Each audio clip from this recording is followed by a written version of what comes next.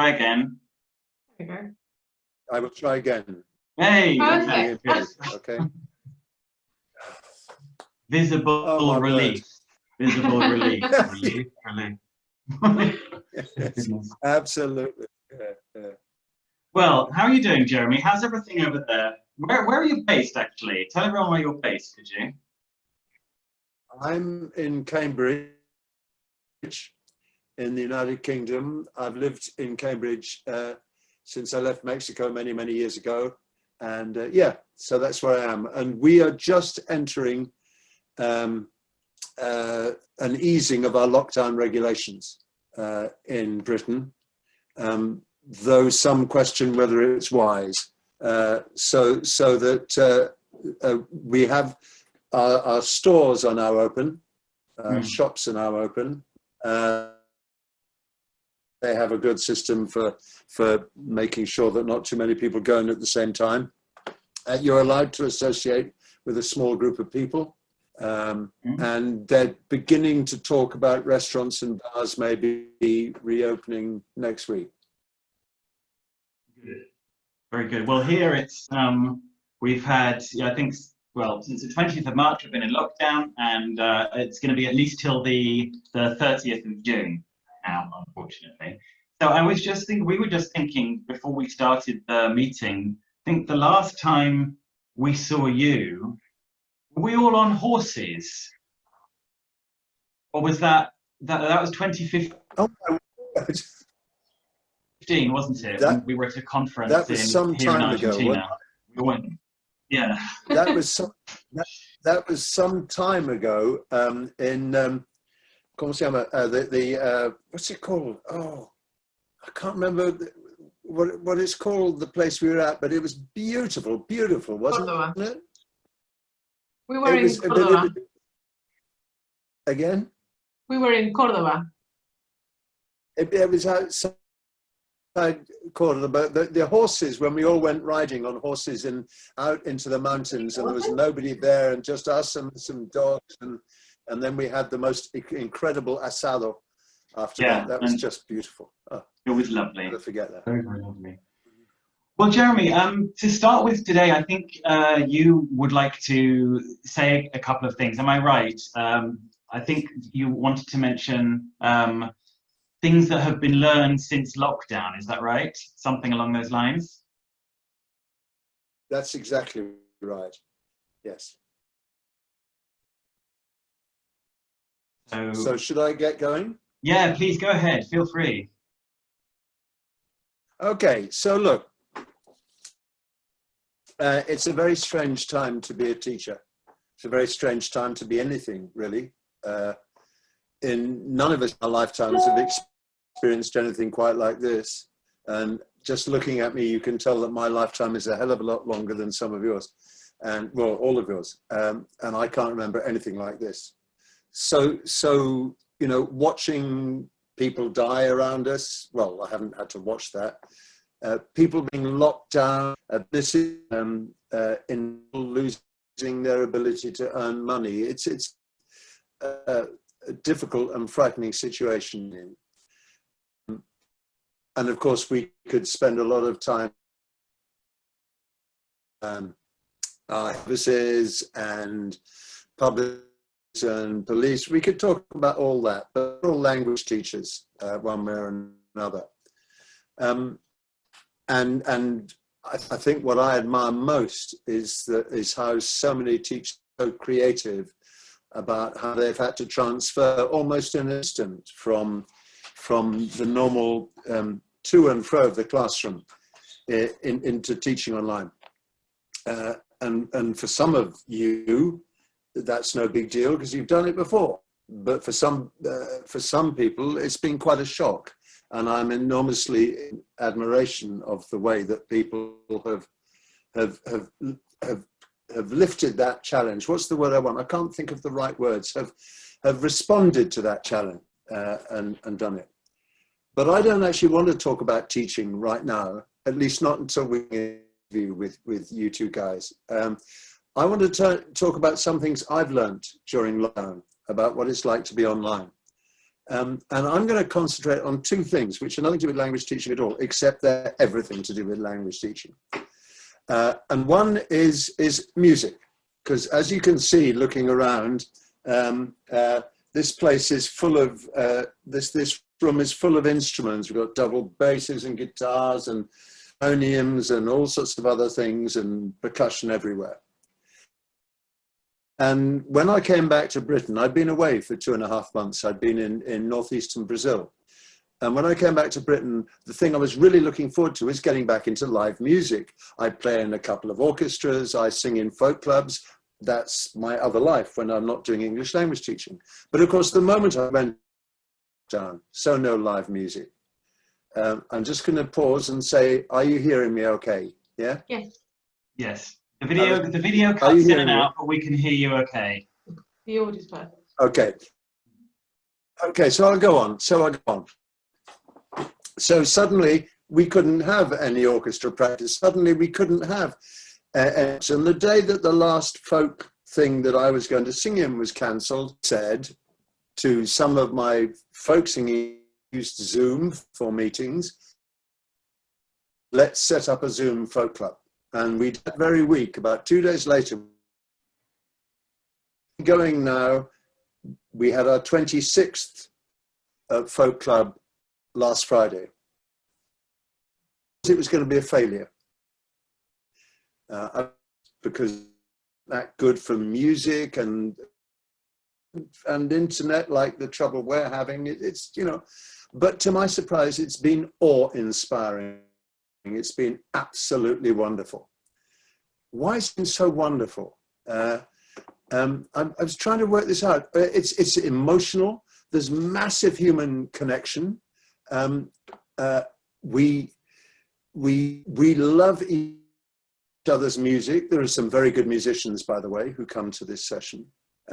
And for many of us, many of the people, it's, well, the music of lockdown for them. These twice weekly meetings have been so important. And the question then is why? How do you get this intimacy sitting, for me, sitting at this same desk looking with this tremendous intimacy and connection between people? How does that happen? And I was talking to some other colleague, ELT,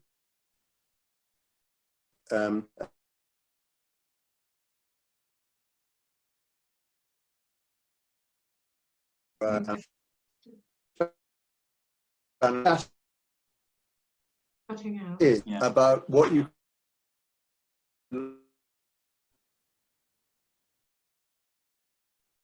Jeremy, I think we've lost you again for a second. Can you? I don't know if you can hear me, but it's the sound's now cut out. I might take you up on your offer of trying it in another room if it's easy to like move the laptop from one room to another. I think we've lost him completely now. But it's fascinating, isn't it? How one would think, okay, it's an internet connection in England and it all goes wrong. Well, listen, guys, what I'm going to ask is, can everyone, and maybe it won't make any difference, but please could everybody turn their cameras off? That would be great. I know it's a great thing for all of us to be here, and maybe it won't make any difference to the internet connection at all, but when Jeremy comes back, just in case, if everyone could switch their cameras off, that would be really, really great. Like I say, maybe it doesn't make a difference, but we should try. We should try, exactly. We never know our luck. Thank you. Yeah, thank you very much. Really appreciate it. And soon as he comes back, we shall continue. But like I say, yeah, if in the meantime everyone can turn off their cameras. If you're with your cell phones, it's probably difficult to do that. I don't know, but if you can, that would be fantastic.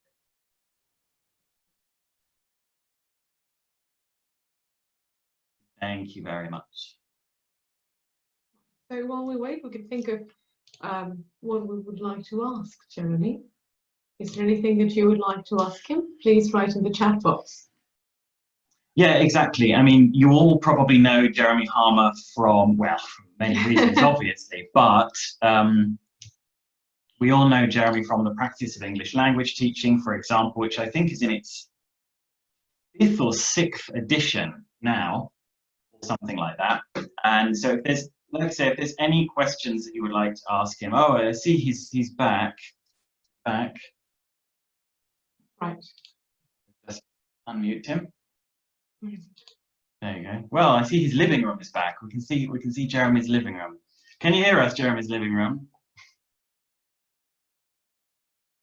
Yes, you're right, Andy. I think he possibly should turn off his camera too, but we'll see. Okay. Oh, I understand. Well, cool.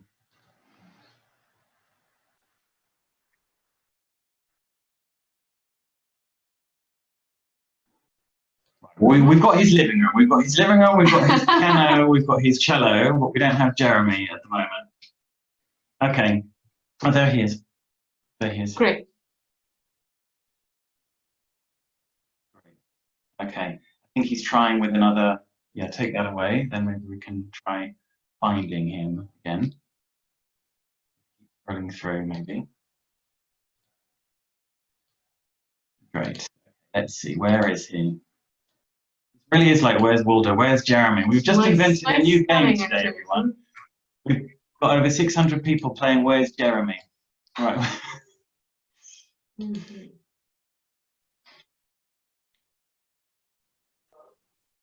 I will, Rita. I will tell everyone that we're delighted to have him as soon as he appears. Nancy is desperately trying to find him at the moment. Here he is. Okay, there you go. Unmute him. I'm here. Yes, Jeremy, we've got Great. you. Oh, that's much better. Thank you. Is that any better? Can you? Perfect. Thank you so much. Can you hear me? And see you. Great. Now we can Do you know, I've got the fabulous sensation of sitting in my sitting room, Yes. but I can also see my office on Great. another, and I can hear you on my other computer. That's very strange. Great. Okay. So, sorry, you were saying. You can hear me. It's all good. Yes. Perfect. Perfect. Thank you. Thank you so much. All good. Thank you, everybody, for your patience. And Rita has just written, great view of Jeremy Harmer's big smile. So that's good. and terribly old neck. Okay, I'm not vain. I'm not vain. Right. Okay. Great. Shall I just go on? Shall I go on? Please do. Yes. Yeah. We're here to hear you. So please do. So what I was talking about, and I can't remember when I left you last, or when you left me or something, was that in these online folk sessions, we discovered the most amazing connection and the most huge emotional kind of hit from these online sessions. Why was that? Well, I've talked to a number of ELT colleagues and told them about the folk club, and we've discussed it, and we think that something can happen online, particularly when everyone mutes their microphones. You get an intimacy, you get a presence when people are here, an absolute presence. People are present. There's a silence into which people perform music and sing, which is quite extraordinary. And people give their attention in the most amazing way. And so what seemed like a really horrible situation, we can't get together, we can't do live music together, this is the end of the world, has turned into something else. It's turned into something rather strangely beautiful. So much so that amongst the group, about 30 of us get together twice a week and we sing and play to each other. We dream of the day when we're going to have a special big reunion and we're going to get our players in from Scotland and from here and from everywhere. And we're going to have a wonderful live event. But then everyone says to me, but are you going to keep the sessions going online, Jeremy? Why? Well, because they like them so much, because of that silence and that presence and that intimacy and that attention. And that seems to be a massively good lesson about what online can be when it's handled right. Here's another little story, nothing to do with English language teaching, except it's everything to do with English language teaching. So another thing that's become very popular, I don't know about Argentina, or we got some people in from Turkey I saw earlier, but I don't know about in Argentina.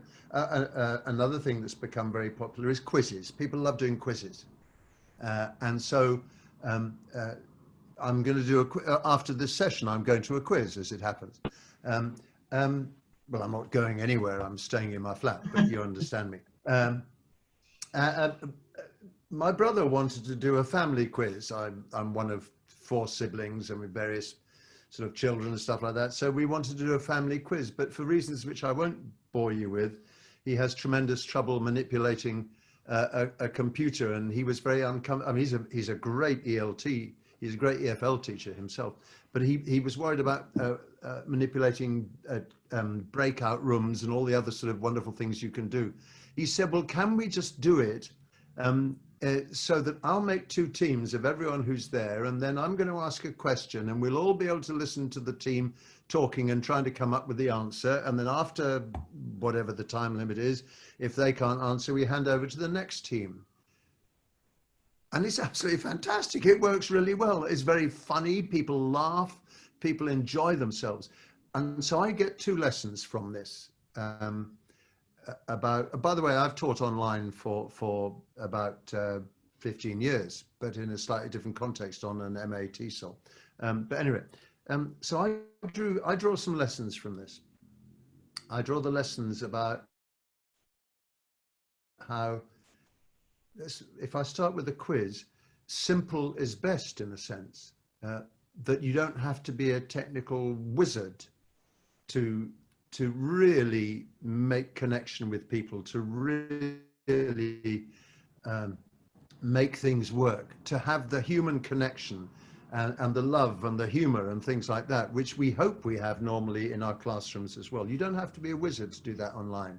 You just need good broadband, which obviously at the beginning of this session didn't look too possible. That's the first lesson. The second lesson is it is possible to create the most enormous connection online in a way that I might not have thought possible. And I take that back. I won't go on forever. I'm going to stop in a minute. I go back to when I first started teaching online. And I only decided to do it because I thought for my own professional development and because people read what I write about teaching, I should try it.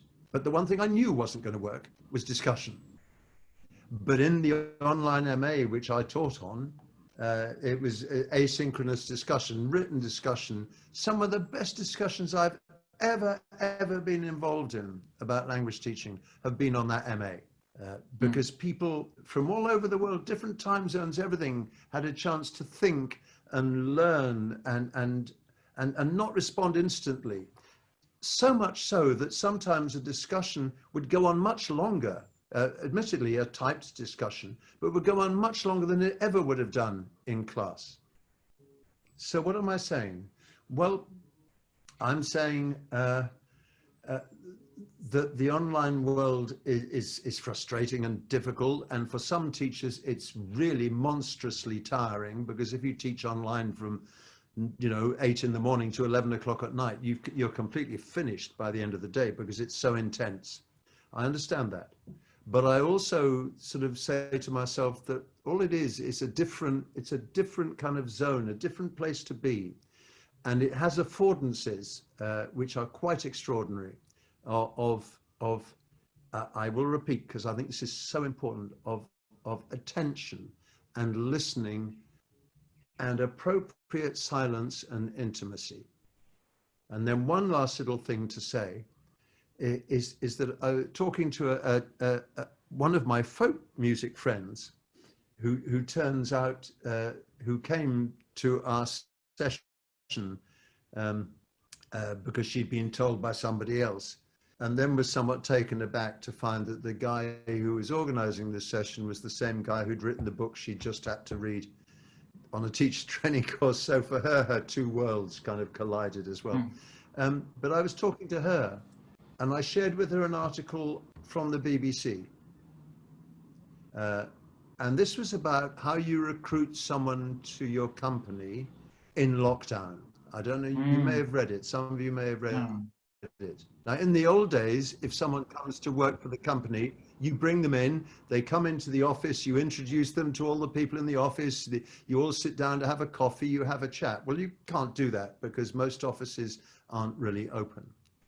So what have businesses done? You know, warm modern businesses. What have they done? They do things like, well, why not take a little corner of a picture here so we can't see the whole picture, and then everyone has to guess what it is and tell us something about your house, or show us your favorite room, or a tremendously old. This is something that this woman Anne Cronin did with her students.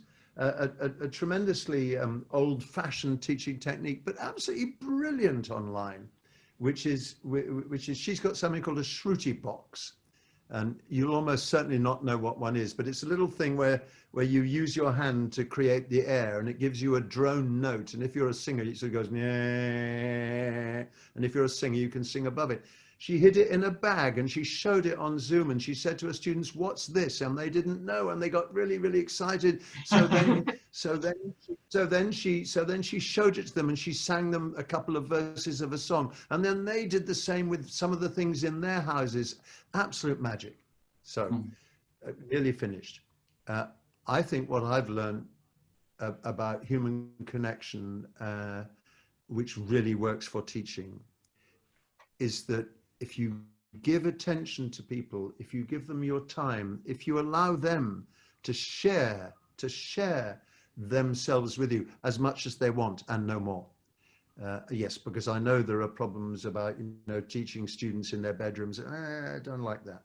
But if you can create that attention and intimacy and silence, if you can allow that kind of sharing, then you've got a basis for some really special kind of teaching and learning moments. And on top, you can then add into that mix, it seems to me, the stuff about the language they want to use and how to explain grammar or whatever it is you want to explain. I don't know if any of that's made any sense, but the last lesson I'll say about that is to go back to my brother's quiz. And I repeat that for reasons to do with physical condition he has, he finds it very difficult to manipulate a computer with his hands. But it's still the best quizzes we've had have been the ones that he's organized, where we just use the Zoom platform, and then we behave like a bunch of old-fashioned people, and it works beautifully. I don't want teachers to kill themselves by teaching online at their desk in their bedrooms from dawn till dusk, because that's exhausting and it's mentally draining. But I do want us to be able to create that kind of intimacy with our students in all sorts of ways. And those were just a few remarks about the situation we live in. And I'll shut up now and hand over to you, Alastair. Don't shut up. Everyone's here to hear from you, Jeremy. So it's perfect. Thank you very much. And it's very interesting what you're saying, because one of the things that Sarah Mercer said when she was here last Sunday, one of the things we were talking about was how important it was to establish rapport and establish connection with learners, and how this situation, his absolute paradigm shift, sorry for the cliche, but a paradigm shift in terms of how important rapport is with students versus seeing students as, you know, people that you just have to get marks for and things like that. So one of the things I wanted to ask you, Jeremy, was after, to use yet another cliche, after all this is over, how do you think the world is going to see teachers after coronavirus, after COVID-19, after quarantine? How will the world see teachers? Gosh, that's a really, yes, of course it's a difficult question, otherwise you wouldn't be asking it.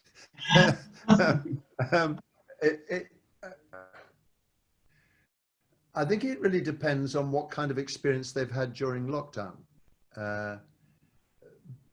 Because the provision of teaching has been very patchy. I don't have school-age children anymore, but I do have one school-age grandchild, you know, just starting on her reception class. She's just coming up for 5 years old. She's had a tough time in lockdown, and her school has been really, really good in trying to send her material and things like that. But it's really difficult. And tomorrow she goes back to school. And it'll be very interesting to see what it's like, because these kids, these 5-year-olds, are in a bit of a mess psychologically. Their heads are a bit messed up. Now, if she was a teenager at some exclusive posh school, I'm sure the provision would have been amazing, and her parents hopefully would have had lots of equipment and things like that. Well, my grandchild luckily comes from a very nice, you know, a good family, and she has had all that provision, but she and her friends are in a mess. They're confused. They understand everything except they understand nothing, if you see what I mean. How will she view teachers? Well, she's so excited to see the teachers and her friends and to get back together to school, because, you know, but it's going to be very strange because teachers are going to have to ask for different kinds of behavior. That you can't just sort of say, right, that's that, let's start again, because it's not how it is. The school's going to be half empty because only certain year groups are there and not everyone's going. A lot will depend on the kind of online experience I think people have had. So if you have been well taught online by your teacher, if you have managed to have those intimate and creative moments, and Sarah's absolutely right, rapport is such a key issue, though of course what rapport means, well, that's for another discussion perhaps. But if you've had a good experience, then I think you will appreciate your teachers more than you ever did. But if you've had a rather grey experience, I can't think of a better way of describing it, then it may not have helped your appreciation of teachers. But above all, and this is the thing that really interests me, and I don't quite know how to answer it. If the teacher you've had has managed to create the kind of conditions I was talking about, that intimacy, that attention, that silence, that rapport, and you then get back into the classroom and find that all of that is missing because the classroom is its usual chaotic self, and there's a group and there's not nearly so much time to do all this kind of stuff. Well, that may be a huge disappointment. I think, but you know, never predict anything, because if you stay around long enough, you're bound to be proved wrong. But I think, rather like my folk musicians who say, well, even when we start doing live events again, can we keep this thing going, the online version? I think we've moved to a situation where we can no longer say in 2020 that face-to-face teaching is the only thing we need to do and can do, even though I miss it like mad. So do you. So that's a few sort of thoughts, but not any conclusive answers, I don't think. So, do you think that the teachers' roles are changing or are going to change after this? And how? Our teachers' role is going to change. I think, and it's interesting that from what you say, myself and Sarah have been saying very similar things. I think that the good teachers on Zoom or the Google platform or the Microsoft platform that people have been using, I think that the good teachers have spent time creating an environment online which is conducive to learning. And that involves things like, you know, mystery objects and taking pictures of things in your house and people have to guess, and all that involves things like being able to talk to individual students, because the chat box here, of course, if I want to, I could quickly type a private message to Alastair and Florencia and say, hey, I'm really not enjoying this or something, and we could have a little private communication. Well, you can do that. You can do that in class in a way that you can't do often in a live environment. So I think we've am I just being rather wishy-washy and naive here, rather idealistic? But I think the role of the teacher, I think we've been made super aware of our role as what can I say, comfort providers, our role as enablers rather than teachers, our role as creators of an environment in which people sort of have a sort of learning thirst, which allows them to learn. And it could just be, Florencia, I don't know if this is true, it could just be that we'll feel less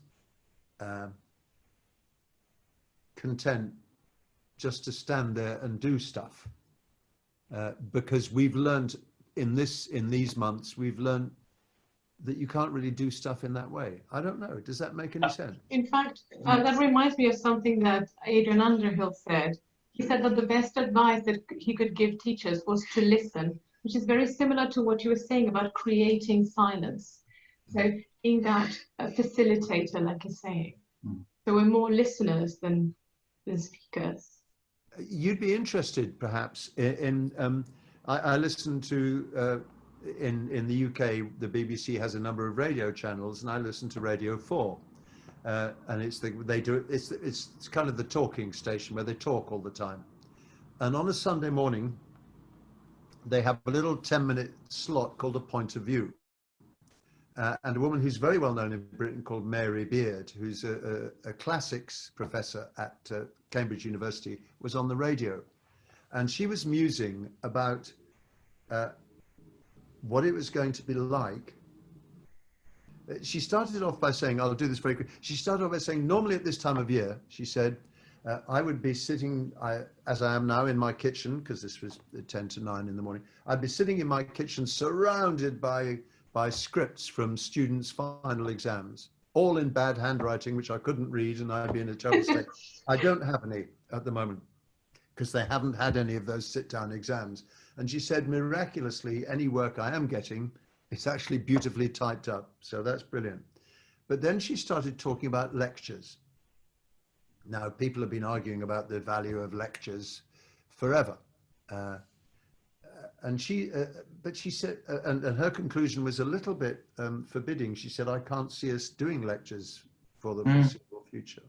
But the thing she said, which really interested me, and I'm in danger of sounding a bit like Scott Thornbury here, but which is always a bad thing, but that was a joke. The thing that she said that's really interesting is that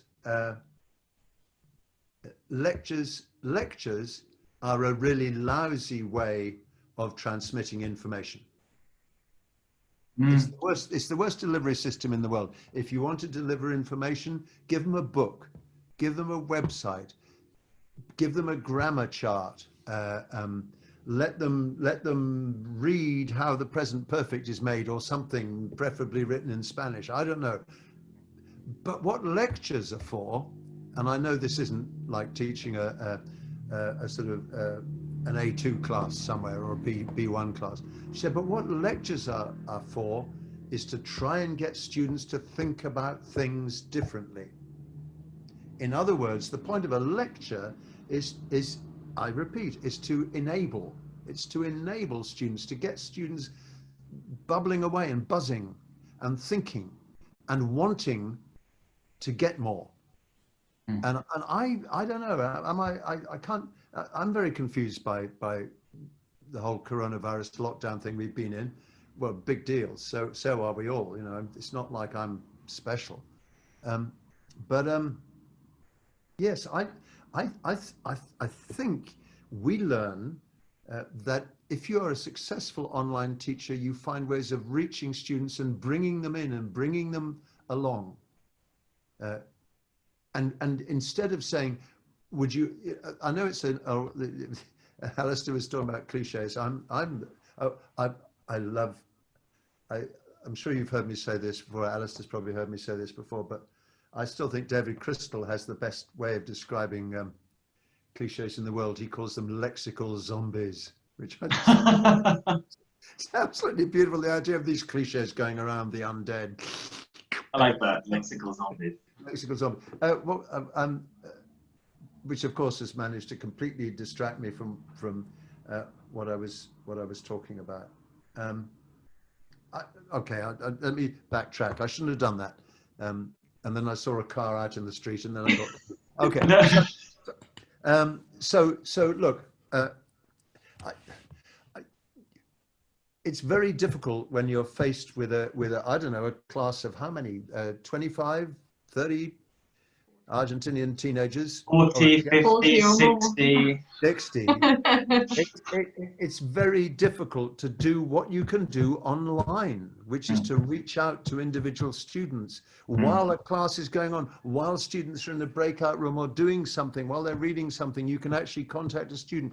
You can, but my cliche was to say, somehow we have to find a pedagogy which is not just I know we've been saying this for about 100,000 million years, a pedagogy which is not just instructional, but which actually brings and draws learners into the experience that they should be having, not the experience we're giving them. Right, so something more democratic, let's say, and less lecturing, for example. That works for me. Yeah. You know, if there were people who are frightened by something more democratic as a concept, well, there are people like that. Then I would say something in which we have a renewed understanding of the fact that without the learners' full participation, and I mean mental participation. I don't mean intellectual well, maybe I do, but mental participation, emotional participation, without bringing them forward into the thing that's going on, then nothing goes on. I think that's what I'm trying to say. And it's not totally original. I fear that it might be slightly zombie-like also, but no, I don't think it is. In fact, it reminds me of this week. I work for a school in northern Buenos Aires called Colegio Nuevo Las Lomas, and the other day we've been teaching online on Zoom for a while now, and the other day the kids from two of the years, second and third, interviewed one of the parents at the school, and he works for Facebook Argentina. And one of the things that he was saying, I'd be interested to know what you think about this, that for them, that sort of democratization of meetings and diversity is really key. And one of their things is about trying to get people from diverse backgrounds, but also allowing people to, eliciting more and allowing people to make mistakes, not getting things right all the time, but making mistakes. And by making mistakes, we grow as people, and personally, professionally, and maybe that kind of thing, maybe democratizing the process and getting students to produce more is better. They're engaged, exactly, because I think students are very worried of making mistakes sometimes. What do you think about that? Well, while you were speaking, I had a thought about that, which is, you know, a little sort of sudden thought, which is, correction is so often a public event. It's a public event. Now, we think we do it sensitively. We try to do it sensitively. We've all read and tried to practice all sorts of things about finding the right, you know, but we have those, it said years ago, you know, the 4 decisions you have to take when a student makes a mistake. You know, what's the mistake? Not always an easy thing to understand. How important is it? Should you correct it, and how should you correct it? Well, but even so, it's mostly a public event, and this sort of intimate space we've had allows it to be not a public event, allows you to reach out privately, and maybe that's something to do with it. But you mentioned something which I don't know if you went to. The IATEFL did a sort of online conference a few weeks ago. Does that ring a bell with anybody? I don't know. They did an online one, and a woman, and my brain has turned to mush. That's obviously I must be sick. No, I'm not. There was a woman called Laura. Oh, I can't remember. I'll try and remember. I'll send you her name the moment this thing's over, so you can share it. But Great, thank you. It was a brilliant talk, and she described things you can do on Zoom or whatever platform you're using. And the one which impressed me most, and just shows how powerful this kind of environment could be, and how powerful it could be in a classroom, is the idea of inviting a stranger into your class, which we all love to do if we can. You know, you bring a stranger into the class, suddenly your students have something interesting to look at and listen to and talk to. But it's very difficult sometimes. You know, wouldn't it be great if you could bring, I don't know, bring an American from Texas into your classroom and ask them questions about what they think of Donald. Oh no, maybe no. Anyway, maybe not. But you get the idea. And what she described is of course how amazing to online to bring someone from the outside, just as we're doing now, into a session. How online you can get students in chat boxes and in breakout rooms and things to prepare all the questions they want to prepare and to discuss it.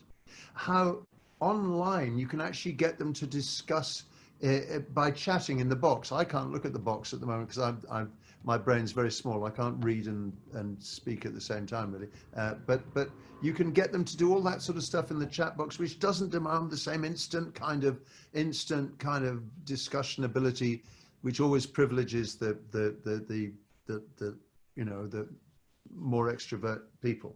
And having prepared all the questions, they can then interview the person in an orderly fashion, going round, and the teacher, if the teacher is kind and understanding, they make sure the interview goes really well. And the visitor is there and the students can clearly hear them. They have opportunities for follow-up questions and everything. And then when the visitor's gone home, they can write the visitor a thank you message and various thank you messages and what they thought about it. And then they can write up reports of all this kind of thing. And so on and so forth. Now, what's the big difference?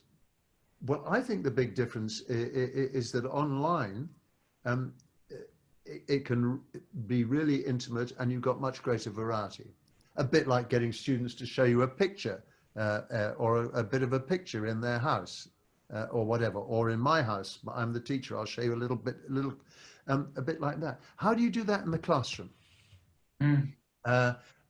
I think you spend more time doing the stuff and not necessarily so much time teaching the bits. But Michael Swan, for example, who many of you are familiar with, particularly through Practical English Usage, one of the great sort of grammar reference works of all time, in my opinion.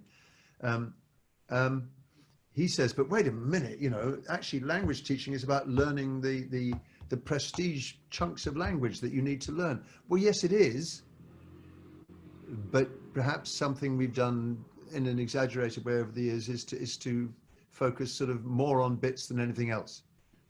I'm rambling now, I'll shut up. No, not at all. Not at all, Jeremy. And I really like the idea of focusing on doing things, as it were, and less on the, how can I put this, the more box-checky aspects that have definitely been present before. In fact, it reminds me of what Adrian Underhill said about kitchen table teaching. Do you remember that? Yeah. Yes, he mentioned it felt like during coronavirus we were doing that, and it felt like more of a meeting.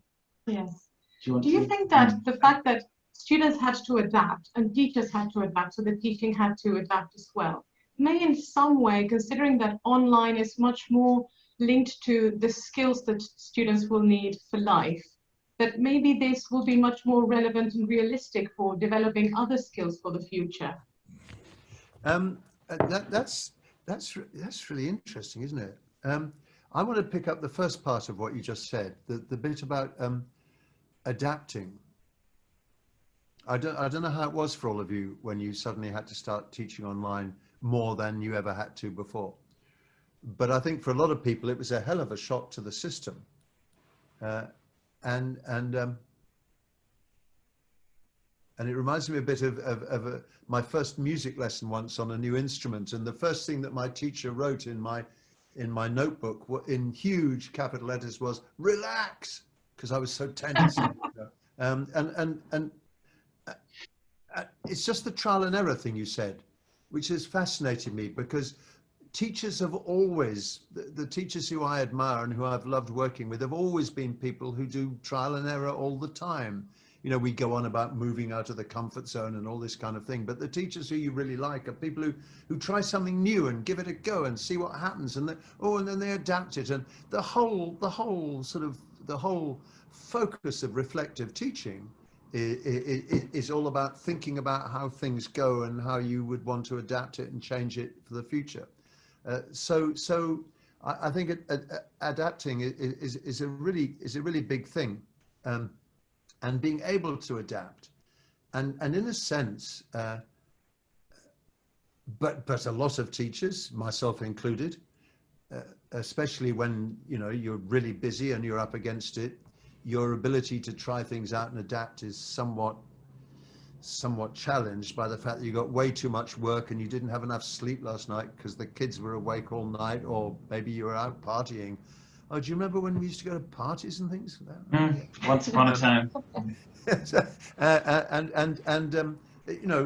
Maybe, but it's when you adapt, when you try things out, when you bring students in, when you ask them how they're getting on, how they feel.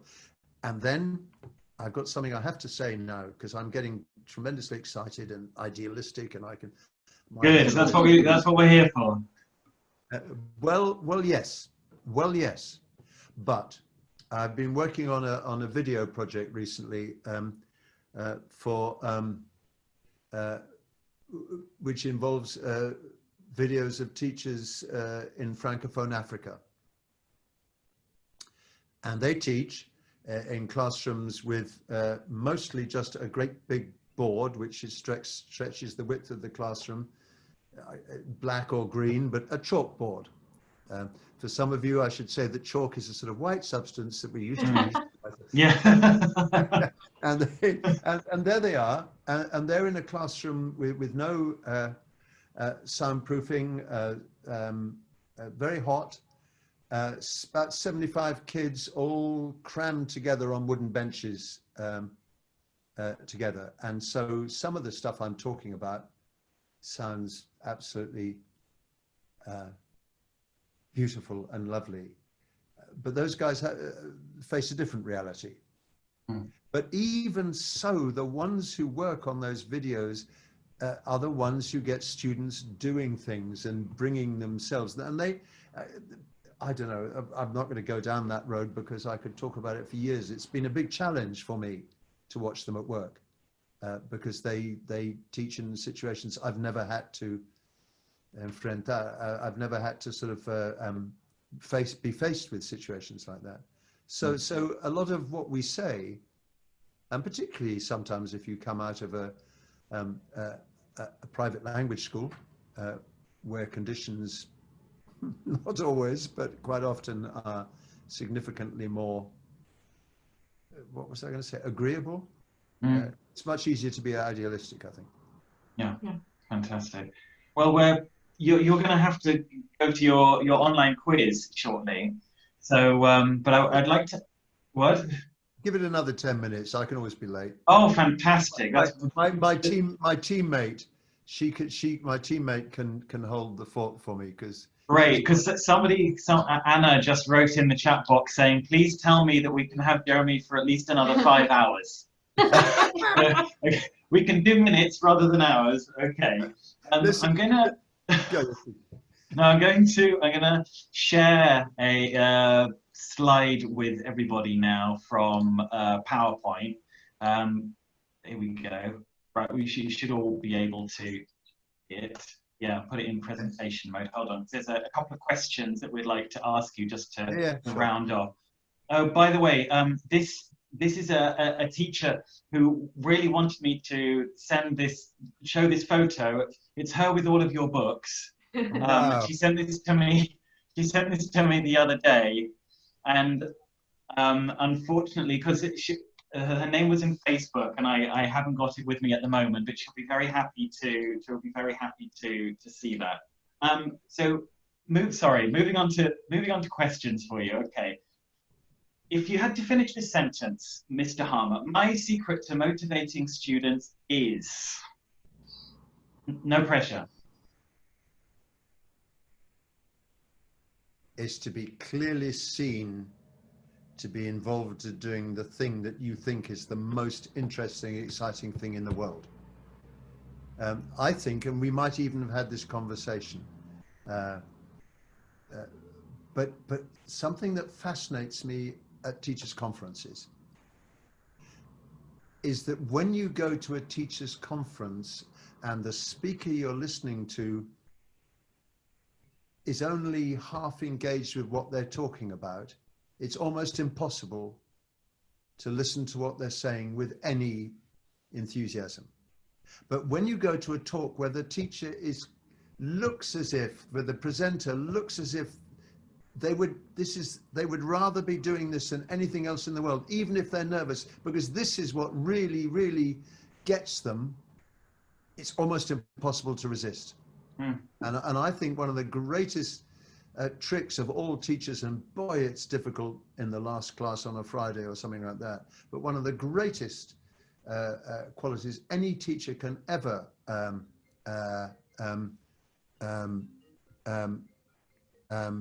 I'm getting messages. Can ever, and I can hear it from the other room. Shut up.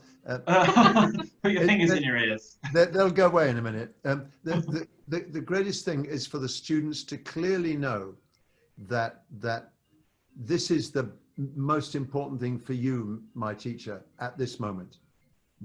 Yeah. I think that's it. I mean, I could go on for hours, but I'm sure that's it. You know, and when students say things like, my teacher really cared for us, my teacher was so enthusiastic about history or whatever they're teaching, something like that. Great. I'm not going to ask you this one because actually I think you've already answered it in a way, but I will ask you the final one here. If I could give one piece of advice, to teachers these days, it would be blank. It would be to buddy up with other teachers and really be open. Pretty much what you're doing. But I was at the LABSI conference in. Do you remember conferences? There were places you go to. No, these big rooms with lots of teachers, right? Lots of teachers together and happy meals and drinks in the evening, and group work. Oh, yeah, and aeroplanes and. Anyway, enough. Stop. Somebody asked. I was on a panel there in Santiago, in Chile, and not Santiago del Estero, Santiago de Chile, and someone asked, "What advice would you give to a new teacher?" And I think the answer is, the first thing you do is buddy up with another teacher, so you've got someone to talk with, to it has to be someone you get on with. You don't have to, someone that's okay, and so you can discuss things and talk about things, and because all the best ideas we ever have are when we're talking to somebody else, or when we're listening to somebody else. Back to Adrian talking about listening. So that's my biggest piece of advice. It would be just that.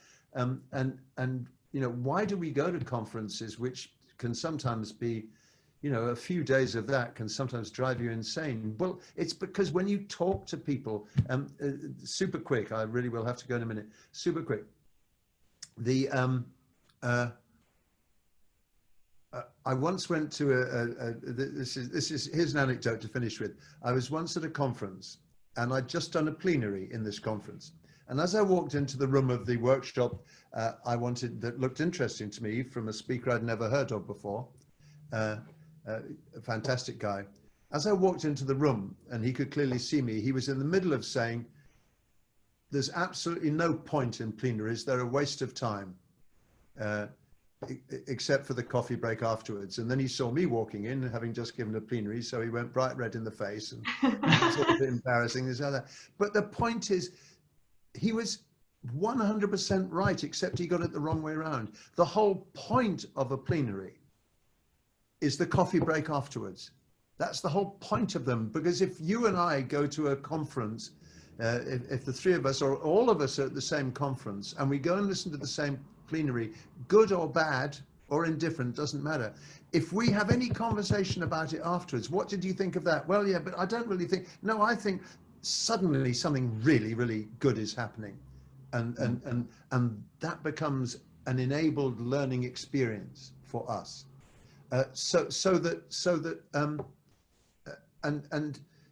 It's talking to other people. I must choose my words carefully, since it's about the last thing I'm going to say.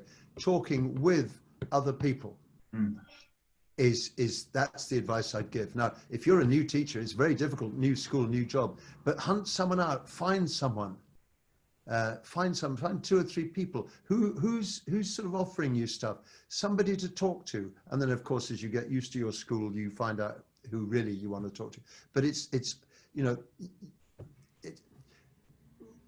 we love our students, great working with them and so on, but just walk and talk with somebody else. Full stop. Great, I love it. Thank you. That's fantastic. I just got to share one final slide here, just to thank very much Advice Digital in Santa Fe, who have provided the platform for us and always provide the platform for us on We're All in This Together, and that makes meetings this size possible, and for all the support that we're giving teachers at the moment. So thank you very much, Advice. Jeremy, what can I say? Thank you so much indeed, A, for being here, B, for putting up with the technical problems, C, for also allowing us to speak for another 10 minutes or so more, and for missing the start of your quiz. So thank you. I'm so sorry about, I mean, it wasn't, as I say, the one thing, I'm so enjoying looking at my office. If anybody broke into my flat now, I'd know that.